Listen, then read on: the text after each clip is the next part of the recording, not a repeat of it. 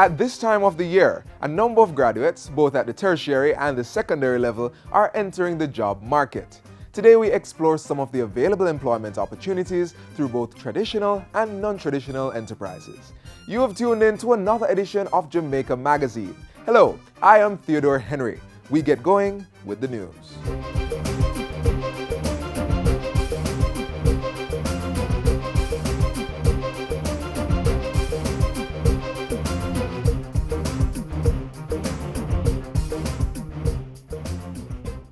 The Petro-Caribe Development Fund has been helping to transform the Jamaican landscape for over 9 years, expanding our roadways, modernizing our airports, facilitating the creation of jobs and providing academic scholarships, reshaping communities and improving sanitation facilities. The Petro-Caribe Development Fund, moving beyond energy security. To find out more about the fund, call 960-9110 or visit their website, petrocaribejm.org.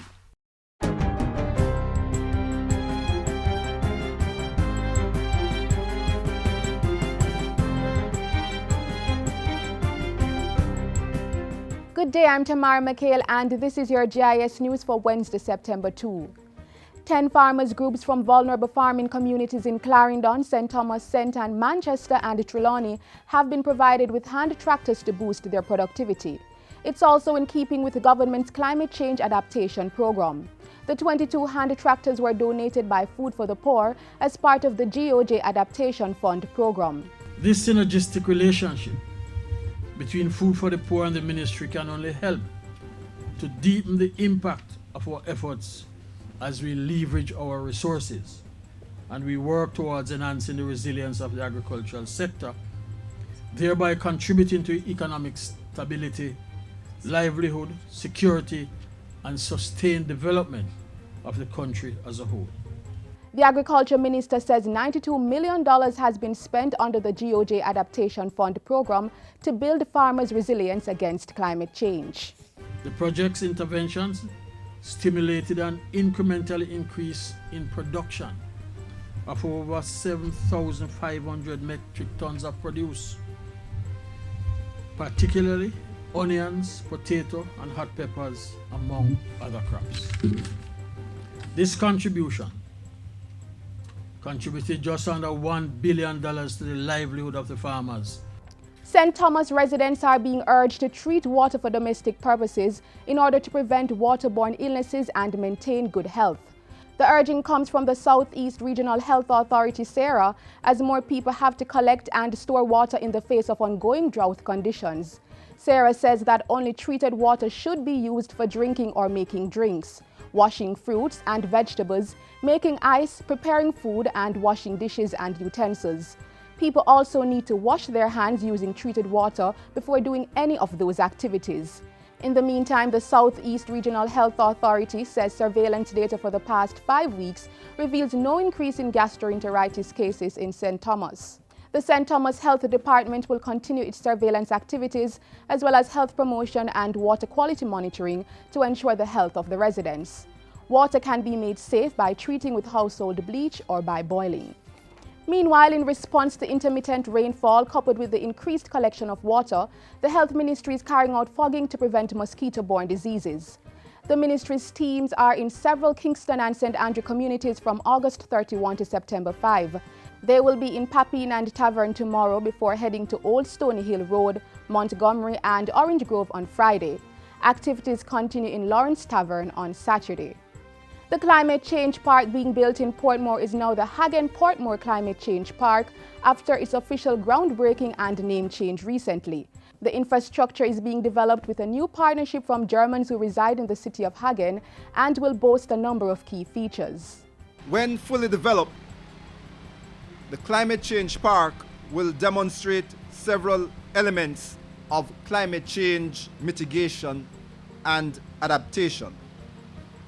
From the mitigation standpoint, the objective is for the park to be powered by renewable energy, with all buildings in the park powered by mini windmills as well as solar panels. Water fountains in the park will be supplemented by tanks for rainwater harvesting. The new partnership has been hailed by local government minister Noel R. Scott. This initiative will not only drive the objectives of climate change management and awareness, but will also strongly enhance community development. The tourism sector is expected to receive a big boost following a successful staging of Jamaica House Beijing in China. The Jamaica Tourist Board JTB established the promotional space in China dubbed Jamaica House Beijing. Tourism Minister Dr. Wickham McNeil used the opportunity to meet with leading travel and tourism stakeholders, including representatives from Air China, Hainan Airlines, China Travel Service, Kaisa, and American Airlines. He returned to the island on Sunday with high praises for the nation's athletes, whose 12-medal haul had a considerable and positive impact on brand Jamaica. The JTB is planning follow-up meetings with the Chinese tour operators and travel agents with whom they interfaced during the 4 days of Jamaica House Beijing promotions.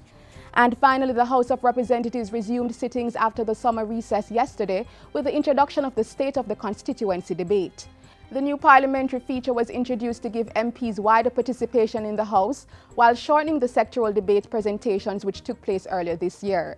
The State of the Constituency debate will take place every Tuesday and Wednesday until September 16, facilitating 48 presentations.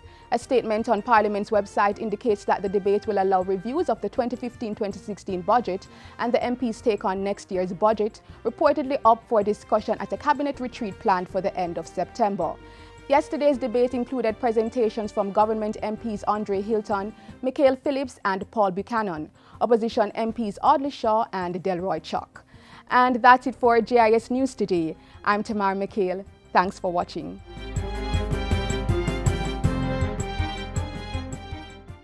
Fever, rash, joint pain and red eyes.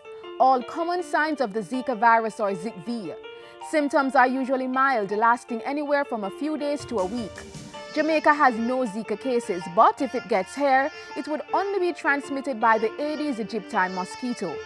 Don't give Zika a chance. Prevent the breeding of these pesky mosquitoes.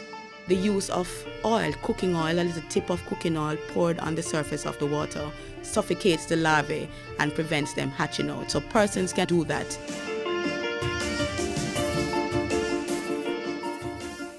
On the weekend, Caribbean heads of nations will meet for the 10th Petro-Caribe Summit, where the Petro-Caribe Energy Corporation Agreement will be reviewed.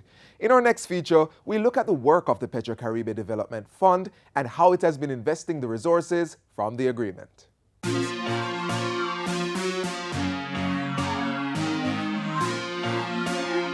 The Petro-Caribe Development Fund, PDF, is playing a major role in the country's progress, contributing to economic reform, pursuing strategic investments in infrastructure, and developing policies to protect the most socially vulnerable.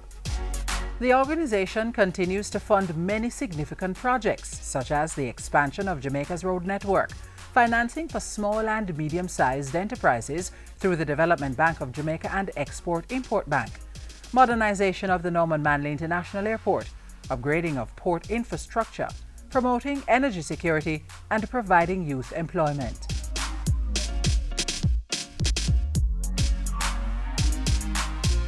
A major social intervention initiative funded by the PDF is the Community and Schools Sanitation Program.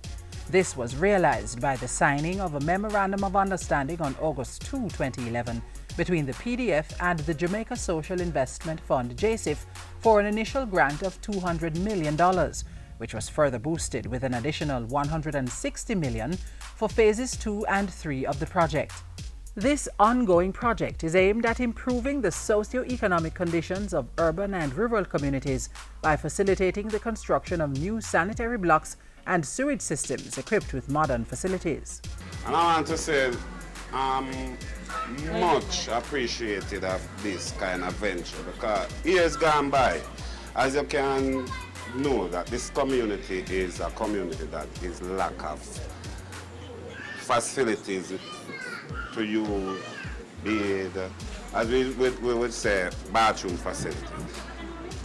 Sanitary convenience is a big and major issue to our community. That's what I say. So I wouldn't mind if this initiative could go out right across the island.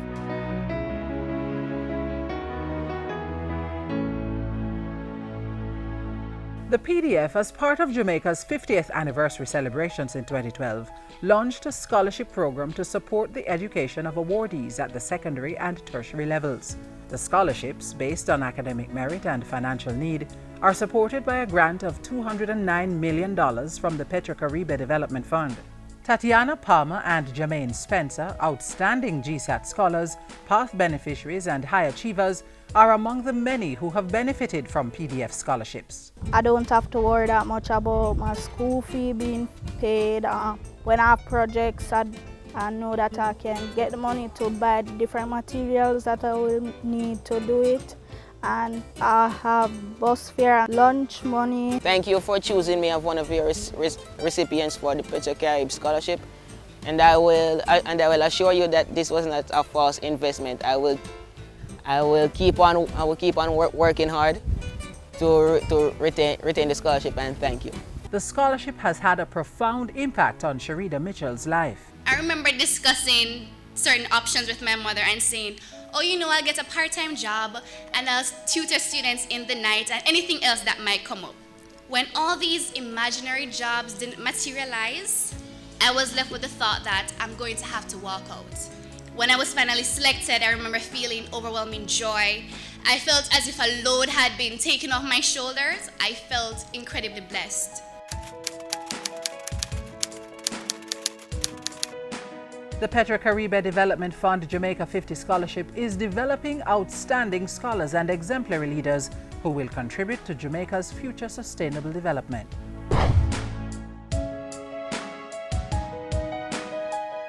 In 2013, students from 5th form up to 3rd year tertiary level gained hands-on first job experience and exposure to various career industries. The fund provided them with the opportunity to work between 4 and 6 weeks during the summer months. After getting that call that I was going to be able to work for the summer, and not just work, but work in an area that I could actually learn, I was really appreciative of that. This experience has been life-changing. It has given me personally a hands-on feeling of the work world. The Petro-Caribe Development Fund is committed to building communities and transforming lives, contributing to the development and growth of Jamaica for many years to come. For more information on the work of the organization, call 960-9110 or visit petrocaribejm.org.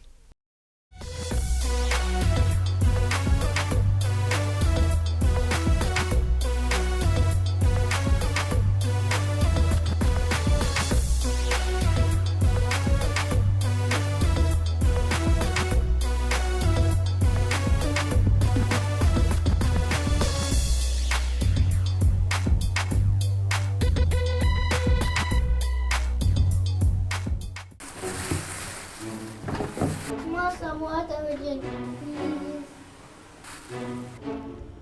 Water gone. But me need water for cook. So how me go wash? Let's weather the drought. Start conservation measures today. Check for leaks around your house. Opt for shorter showers over long baths.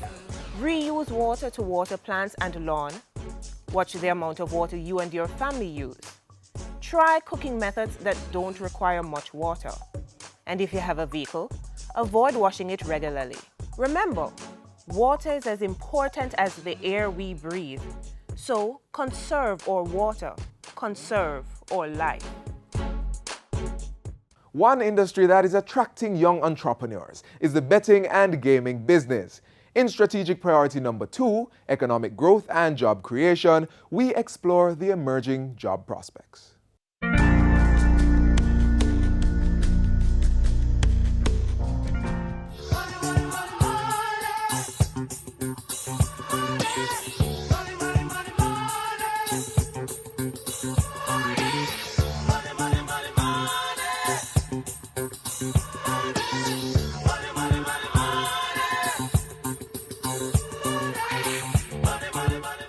Yes, as those figures from the Finance Ministry show, Jamaica's gaming industry is growing by the year.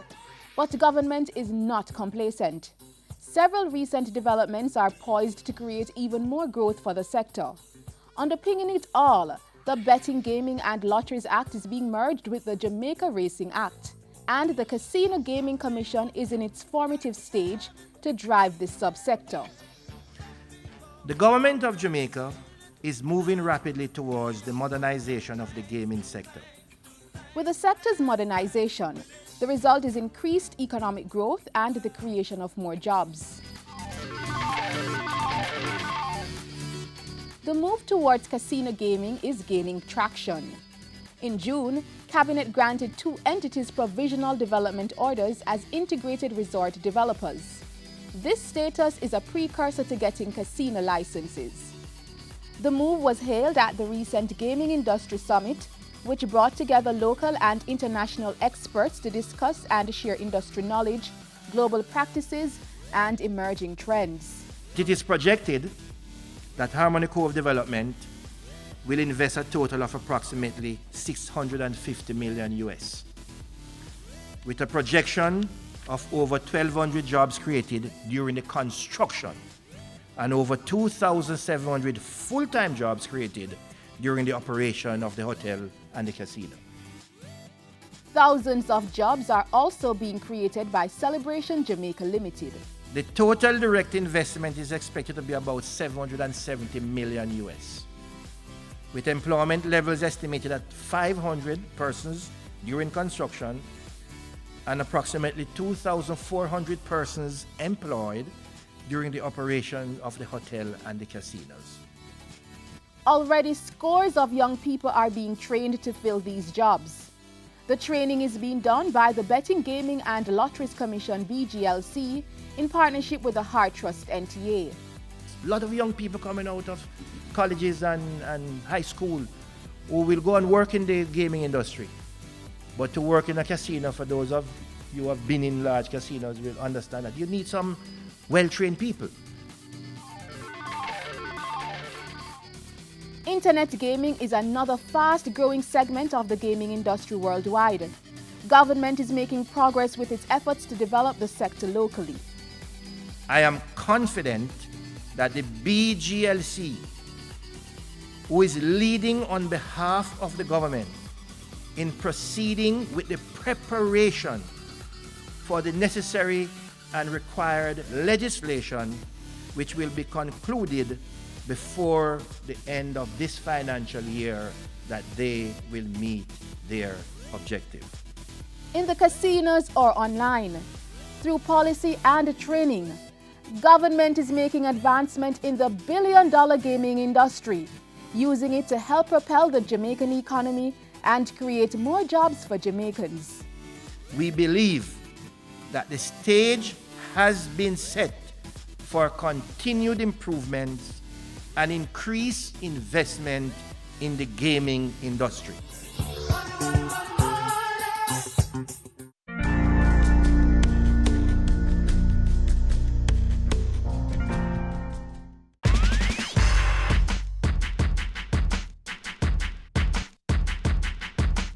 Yes, you have a degree, a diploma, or maybe a school-leaving certificate, and you may feel that you are fully equipped to meet the demands of the job you're seeking. But what's the edge that you will have over the next person applying for the same job? How about capitalizing on opportunities for skills training? This will certainly make you more appealing in the job marketplace.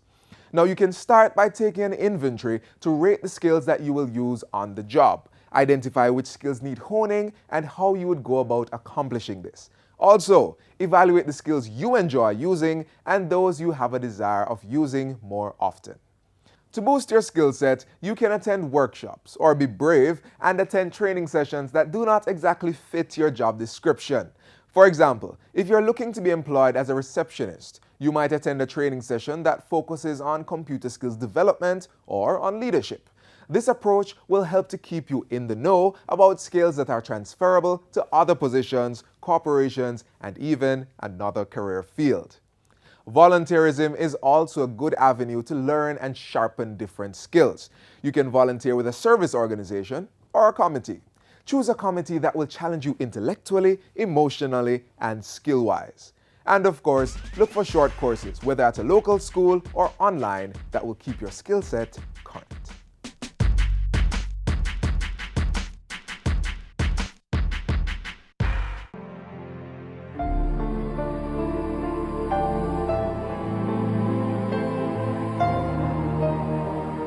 It's important to store water during periods of drought. It's even more important to ensure that the water is safe. Boiling and treating your water with bleach are two of the best ways to purify water. If you choose the boiling method, allow the water to boil for 5 minutes, cover and let it cool. Store boiled water in a clean airtight container and use something with a handle to take out the water when needed. If you use bleach to make your water safe for drinking, use 2 drops of bleach to a liter of water, 8 drops for a gallon, and ½ teaspoon of bleach for 5 gallons of water. Shake well and leave for half an hour before use. Water is essential to a healthy life, so ensure yours is clean and safe for consumption.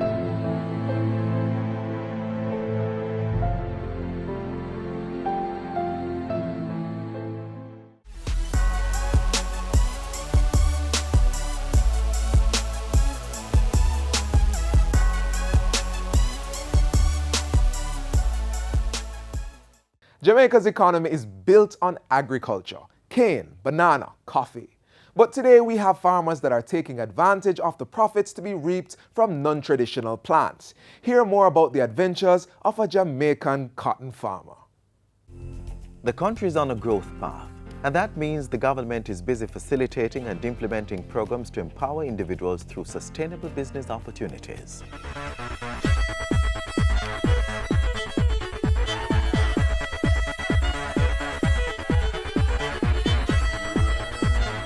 I started out as an investigating scientist.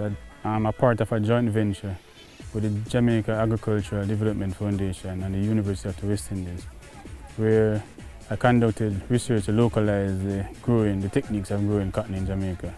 And from that I obtained an MPhil degree. I moved over into a pilot commercial project. Then soon after I became a full commercial contracted farmer with the Jamaica Agricultural Development Foundation. Otis Francis is one of 3 farmers now operating a combined 300 acres of cotton farms in St. Mary and St. Catherine. These farms specialize in premium West Indian Sea Island cotton.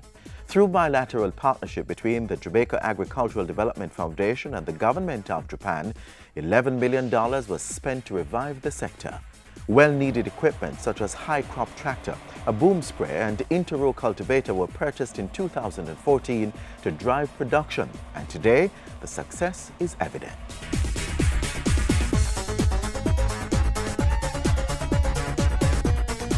We have reaped or harvested a total of 41,000 pounds of seed cotton to date.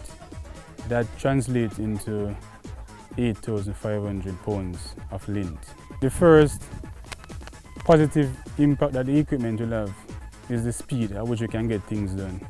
The speed and the ease. Also, with mechanization, we find that the cost to undertake certain activities is lowered. Cotton reaped from this field in Old Harbour, St. Catherine will be exported to Venezuela, and the estimated earnings is 9 million Jamaican dollars. This is just a fraction of the potential foreign exchange earning of $1 billion for the country. West Indian Sea Island cotton presents an immense opportunity for Jamaica to increase foreign exchange earnings and thereby positively impact the economy. The rejuvenation of the West Indian Sea Island cotton industry also presents other economic opportunities. When the seeds are separated from the cotton, it can be integrated into animal feed. The seed is very high in protein content, and actually it's being looked at to be incorporated as cattle feed, and that process is actually a reality right now. And the sustainability factor of the industry is also looking good. One most important thing is that we have an accessible and reliable labor force within the environment. It is good in the sense that 8 months out of the year there's practically job available to the otherwise unemployed. Approximately 200 persons are currently employed on the farms in St. Catherine and close to that figure in St. Mary. And the workers are playing their part to ensure that the sector remains viable. Well, me is the man where spray, plow land, cut furrow, plant, mechanic work on the tractor, also the the machine, and everything. So from those things all right, cotton must go on. And with continued support through the government's economic programs, the sector is expected to grow from the current 300 acres to 800 within the 2015-2016 crop year. The long-term target is 5,000 acres by 2017. But even better, Mr. Francis has his own aspiration for his farm. For next crop, we're looking to at least double the acreages. The current acreage is being grown now, which should move us up to 600 acres. The vision for this farm is to have most of the steps prior to harvesting mechanized. Through smart spending by the government, pockets of businesses are coming on stream. Foreign exchange earnings are increasing with new overseas investment opportunities. And most of all, jobs are being created.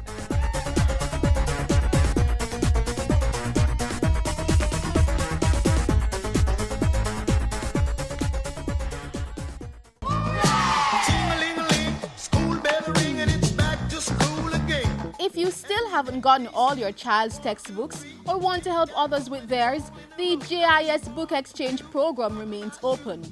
Donate, exchange or share textbooks that you no longer need, whether they are new or used. For infant, primary, high or even university students, exchange or share your books. Pass them on to those that need them. Drop them off at GIS's head office on 58A Halfway Tree Road or email pr@gis.gov.jm to make arrangements for drop-off. For further information, contact the Public Relations and Marketing Department at 9291919 or 926359024. Join the mission and be a part of the JIS Book Exchange Initiative. You've got to start at ABC.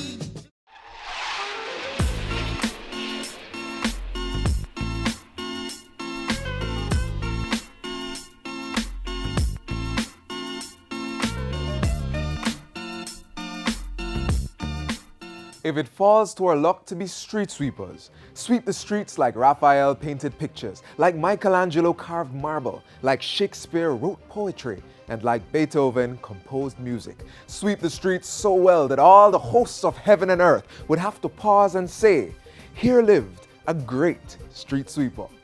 Now's the time to be the best you by excelling in whatever field you will pursue. Thank you for joining me, Theodore Henry, for this edition of Jamaica Magazine. Send us your thoughts and feedback by using our Facebook and Twitter pages. You can also review this and other programs at jis.gov.jm or on our YouTube channel. And for information on the go, check out the JIS News app for your smartphone. Do have a good day.